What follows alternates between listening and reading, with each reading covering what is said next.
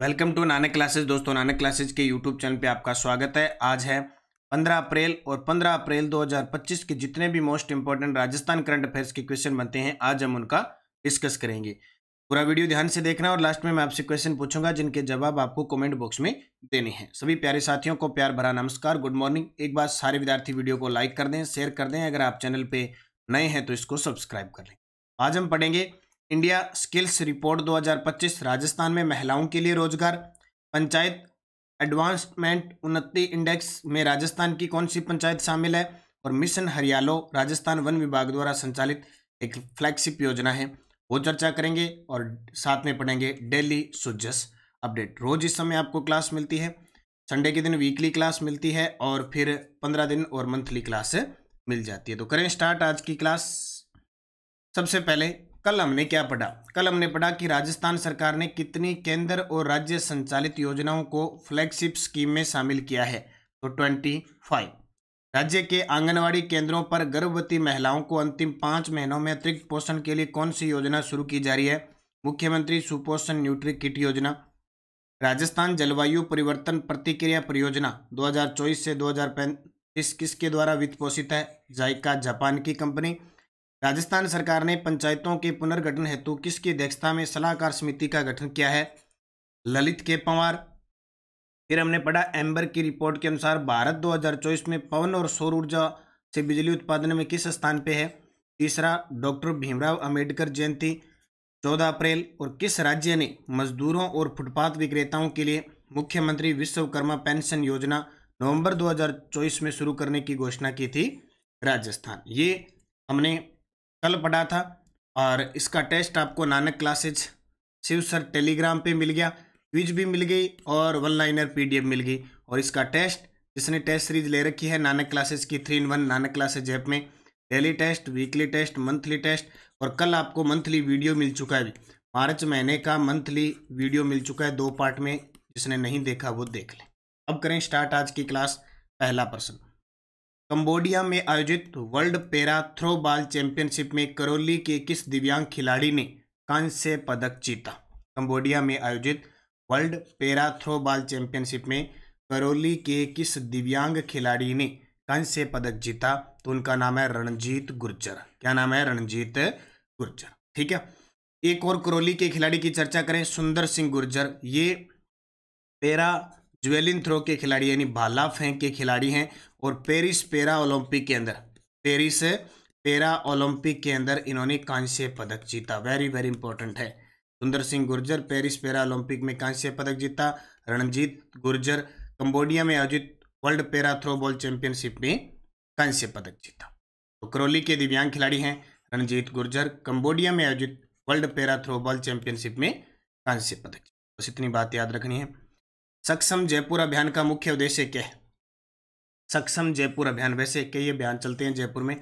एक जयपुर में सक्षम अभियान चला था जिनका दिव्यांगजनों को चिन्हीकरण करके उनका पंजीकरण करवाना। एक बालिका शिक्षा को बढ़ावा देने के लिए कस्तूरबा गांधी विद्यालय है KGBV, उनके अंदर भी बालिका शिक्षा को बढ़ावा देने के लिए स्मार्ट स्टडी के निर्माण के लिए सक्षम जयपुर अभियान चला है।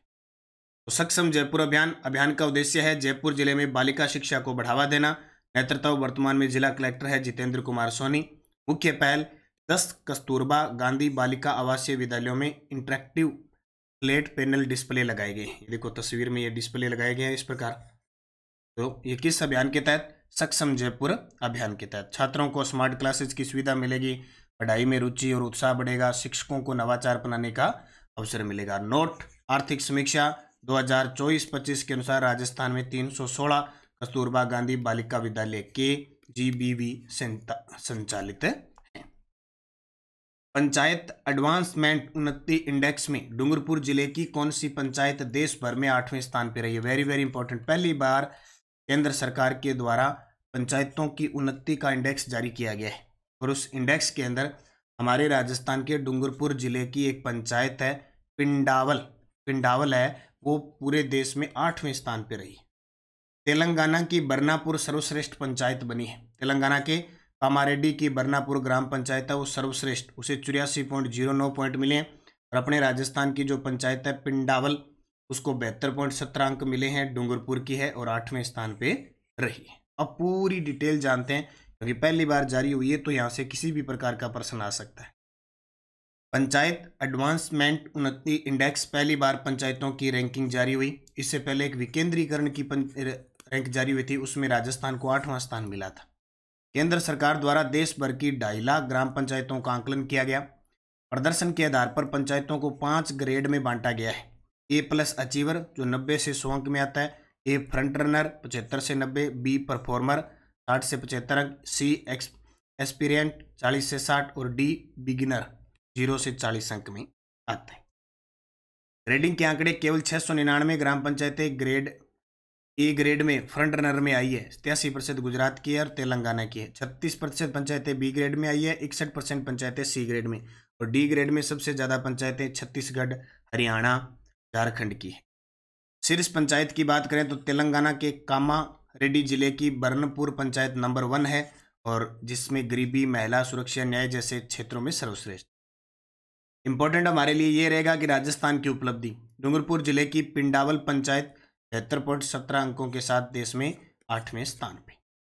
मूल्यांकन का आधार 9 थीम रखी गई थी: गरीबी मुक्त, जल, हरियाली, महिला बालिका सुरक्षा, आत्मनिर्भरता, सुशासन, स्वच्छता, स्वास्थ्य, न्यायपूर्ण और सुरक्षित।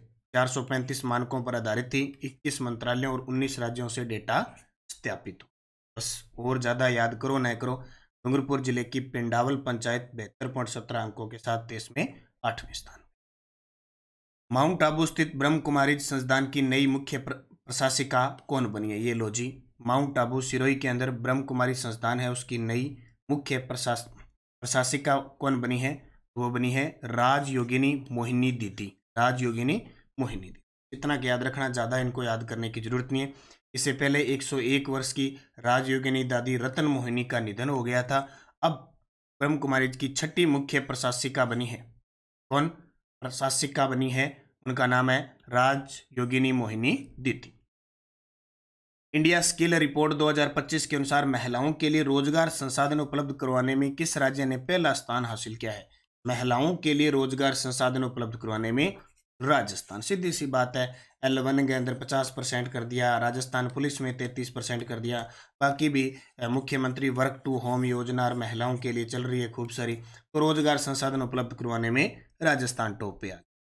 तो इंडिया स्किल रिपोर्ट 2025 वैसे याद करने के लिए बता रहा हूँ, वैसे निजी क्षेत्र में भी स्किल इंडिया में लगातार बढ़ोतरी होती है। महिलाओं के लिए रोजगार संसाधन उपलब्धता यानी उपलब्ध है राजस्थान के अंदर। राजस्थान 89.38% देश में सबसे आगे है। गुजरात 71, दिल्ली 51, केरल 51, यानी राजस्थान टॉप पे है। तो क्रिटिकल थिंकिंग स्किल्स में उत्तर प्रदेश और राजस्थान 2 नंबर पे है 43%। कोटा की गौरांशी शर्मा का संबंध किस खेल से? कोटा के गौरांशी शर्मा का संबंध किस खेल से? एक डेफ खिलाड़ी है, न तो ये सुन सकती है और न ही ये बोल सकती। देखो भगवान की कुदरत देखो, न तो ये बोल सकती है और नहीं सुन सकती है, कुछ नहीं सुनती है, बस खुद पर केंद्रित ध्यान है, नहीं बोलती है, न अच्छा बोलती है, न बुरा बोलती है, कुछ नहीं बोलती है, सिर्फ एक खेल खेलती है, डेफ बैडमिंटन। छक्का लगाती है सीधा, बैडमिंटन खेल खेलती है ये। कोटा की गौरांशी शर्मा है। जैसे जयपुर के अभिनव शर्मा है, वो भी डेफ खिलाड़ी है, बैडमिंटन की खिलाड़ी है गौरांशी शर्मा। हाल ही में न्यूज के अंदर चर्चा में आए थे कि देखो ये कोटा की खिलाड़ी गौरांशी शर्मा बैडमिंटन की खिलाड़ी है, न बोल सकती है, न सुन सकती है, न किसी की सुनती है, न किसी को बोलती है, बस अपने गेम पे ध्यान रख। तो 10वें एशियाई पैसिफिक डेफ गेम्स 2024 में मलेशिया के कुआलालंपुर में आयोजित किया गया था, उसमें इन्होंने रजत पदक जीता था। और 2022 में ब्राजील में जो ओलंपिक हुआ था डेफ, उसमें स्वर्ण पदक जीता था। वर्ल्ड चैंपियनशिप ब्राजील 2023 में स्वर्ण पदक से 2 कांस्य पदक। इस खिलाड़ी का नाम याद रखना, गौरांशी शर्मा, कोटा बैडमिंटन की खिलाड़ी। चर्चा में आ गई थी न्यूज में, मैंने आपको बता दिया। हाल ही में राजस्थान में वन विभाग की किस योजना को फ्लैगशिप कार्यक्रम में शामिल किया गया है? यानी 15 विभागों की 25 योजनाएं फ्लैगशिप में शामिल हो गई। कल राजस्थान सरकार आयोजना विभाग की लिस्ट भी आ गई भी, ये 15 विभाग है और ये 25 योजनाएं। अब क्या है, आने वाले समय में ना इन 25 फ्लैगशिप योजनाओं से प्रश्न आएंगे 90%। अब लगभग तो क्लियर है, मैं आपको बता चुका हूँ कौन सी है। रोज एक योजना पढ़नी है, यानी 25 योजनाएं हैं। ये लगभग मान के चलो हम अगले 15 दिनों में कंप्लीट कर देंगे। अप्रैल महीने में सारी एक योजना पढ़ेंगे, एक साथ इकट्ठी याद नहीं होती है। और जो अपना शेड्यूल बना है रीट वाला, ये रोज की क्लास देता हूँ मैं आपको। जैसे बुधवार को क्लास होगी ना कल, उसमें मैं 3rd ग्रेड के लिए सारी 25 फ्लैगशिप योजना करवाऊंगा कल 5:30 तब पूरा अध्ययन कर लेना। और ठीक है, तो वन विभाग की किस योजना को फ्लैगशिप कार्यक्रम में शामिल किया है? मिशन हरियालो राजस्थान। मिशन है हरियालो राजस्थान। देखो पहले घर घर औषधि योजना भी शामिल थी कांग्रेस सरकार की, अब इसको हटा दी, अब एक ही रहेगी मिशन हरियालो राजस्थान। मिशन हरियालो राजस्थान वन विभाग द्वारा संचालित है, फ्लैगशिप योजना में शामिल। 5 जून 2024 को मुख्यमंत्री वृक्षारोपण महाअभियान की शुरुआत। अब सारी सुनते जाना पूरी डिटेल से। 5 जून 2024 को मुख्यमंत्री वृक्षारोपण महाअभियान की शुरुआत हुई। 23 जून 2024 को राजस्थान में एक पेड़ मां के नाम अभियान की शुरुआत हुई थी। हरियालो राजस्थान अभियान की शुरुआत 7 अगस्त 2024 को हरियाली तीज के अवसर पर की गई। राजस्थान सरकार ने हरियालो राजस्थान अभियान के तहत वित्तीय वर्ष 2025-26 में 10 करोड़ पेड़ लगाने का लक्ष्य है। तो 24-25 में कितने लगाए थे? 7 करोड़ लगाए थे। और एक रिकॉर्ड भी बनाया था एक दिन में पौधे लगाने का, जिसमें बीकानेर और जैसलमेर टॉप पे थे। राज्य के मुख्यमंत्री ने दुद्दू जिले के गाहोता में एक पीपल का पौधा लगाकर इस अभियान की शुरुआत की थी, हरियालो राजस्थान अभियान की। अगले 5 वर्षों में 50 करोड़ पौधे लगाने का टारगेट है और 2024-25 में 7 करोड़ पौधे लगाए थे। एक पेड़ मां के नाम अभियान। इस अभियान का उद्देश्य भूमि क्षरण की रोकथाम और क्षरित भूमि के पारिस्थितिकी पुनर्स्थापन को सुनिश्चित करना है। इसके अतिरिक्त पर्यावरण संरक्षण और हरित आवरण को बढ़ाना है। इसका लक्ष्य सितंबर 2024 तक 80 करोड़ पेड़ और मार्च 2025 तक 140 करोड़ पेड़ लगाना है भारत में। एक पेड़ मां के नाम अभियान ये प्रधानमंत्री नरेंद्र मोदी ने शुरू की थी और PG one forest stack app 21 March 2025 को अंतर्राष्ट्रीय वन दिवस के अवसर पर लॉन्च किया गया था।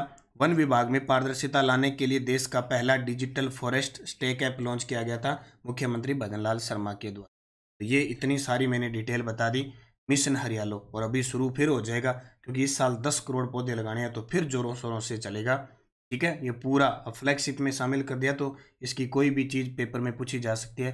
मैं रोज आपको एक योजना इस प्रकार करवाऊंगा। तो जिस बुलेटिन डॉक्टर भीमराव अम्बेडकर का 34वां जयंती समारोह, कई विद्यार्थियों ने लिख रखा था कि सर 135वां है। ये देख लो, सुजस बुलेटिन राजस्थान सरकार की है, खुद मुख्यमंत्री जी 134वें जयंती समारोह के बारे में। ये बाबा साहब ने देश ही नहीं दुनिया को राह दिखाई है बिल्कुल। और अनुसूचित जाति बहुल्य गांवों के लिए बाबा साहब अम्बेडकर संबल योजना भी सरकार के द्वारा शुरू की। प्रधानमंत्री नरेंद्र मोदी ने प्रचार प्रसार किया। मुख्यमंत्री ने बाबा साहब के जीवन से जुड़े 5 तीर्थों के भ्रमण के लिए बस को हरी झंडी दिखाकर रवाना किया। मुख्यमंत्री ने परिवेदनाओं का त्वरित निस्तारण किया। ये सारी डेली मैं आपको सुजस बुलेटिन, और इसमें से जो इंपॉर्टेंट होता है ना, अब जैसे यहाँ से कोई प्रश्न बनेगा, यहाँ से कोई प्रश्न बनेगा, तो कल की अपडेट में आपको बता दूँ। नानक क्लासेज टेलीग्राम जरूर ज्वाइन कर लेना, और नानक क्लासेज शिव सर दोनों टेलीग्राम ज्वाइन करना, ताकि लिंक मिले, सूचना मिले, पीडीएफ मिले, कोई भी अपडेट है वो आपको मिलती रहे। पिछले वीडियो का क्वेश्चन था, भारत में कुल कच्चे तेल उत्पादन में राजस्थान का योगदान 14.95%। जब आपको 2023-24 का अपडेट पूछे ना, तो लगभग 22% है। यह 2024-25 की आर्थिक समीक्षा। अब एक आपके लिए क्वेश्चन, महात्मा ज्योतिबा फुले जयंती कब मनाई जाती है? 11 अप्रैल, 14 अप्रैल, 10 दिसंबर, 11 सितंबर। ये चारों दिवस दिन है कि किसी न किसी दिवस से संबंधित है। चारों के जवाब आपको कमेंट बॉक्स में देने हैं। यस्टरडे डोज, राजस्थान में केल साइट का भंडार है, वो सबसे ज़्यादा सीकर में, उदयपुर में, सिरोही में और जेल प्रेरी में। ये सिरोही वाला पूछा था। राजस्थान के प्रथम मुख्य सचिव के राधा कृष्णन थे। वर्तमान में सुधांश पंत है। अब तक 2 महिला रह चुकी है, कुशल सिंह और उषा शर्मा। राजस्थान विधानसभा के प्रथम अध्यक्ष नरोत्तम लाल जोशी थे, और उपाध्यक्ष कौन थे? उपाध्यक्ष थे लाल सिंह शक्तावत। ये नरोत्तम लाल जोशी है, वो झुंझुनू के थे। हार का कल्प वृक्ष खेजड़ी को कहते हैं। खेजड़ी 1983 में इसे राज्य वृक्ष घोषित किया गया। राजस्थान की सबसे ऊंची चोटी गुरु शिखर, ये सिरोही के अंदर है, 1722 मीटर ऊंची है। ये 5 प्रश्न जेल प्रेरी के अंदर आए हुए। अब 5 प्रश्न आपके लिए, और मैंने नानक क्लासेस शिव सर पर करंट आए हुए और राजस्थान जी के आए हुए दोनों की क्लास ली हुई है, जरूर दे। जेल प्रेरी परीक्षा 2025। राजस्थान के किस इतिहासकार व पुरातत्व वेदा ने प्रसिद्ध ग्रंथ प्राचीन लिपिमाला लिखा था? भरतपुर और अलवर क्षेत्र का प्रसिद्ध लोक नृत्य कौन सा है? शाकंभरी के चौहान वंश के शासक का नाम बताइए जिसे कवि बांधव की उपाधि दी गई है। जोधपुर शहर की स्थापना किसने की थी? किस नदी है ये? किस नदी पर प्रसिद्ध चूलिया जलप्रपात स्थित है? पांचों के जवाब आपको कमेंट बॉक्स में देने हैं। जाते जाते आप सारे विद्यार्थी वीडियो को लाइक जरूर कर देना। भी लाइक का बटन दबा ही देना, इतना कष्ट कर लेना, और ये कष्ट आपके लिए इतनी मेहनत रंग लाएगा ये सोचो मत। वीडियो को लाइक करें, शेयर करें। अगर आप चैनल पे नए हैं तो इसको सब्सक्राइब करें। चतुर्थ श्रेणी कर्मचारी के 53,000 प्लस पदों पर भर्ती आई हुई है। टेस्ट सीरीज ले सकते हैं, वीडियो कोर्स उपलब्ध है, त्रैमासिक बुक उपलब्ध है।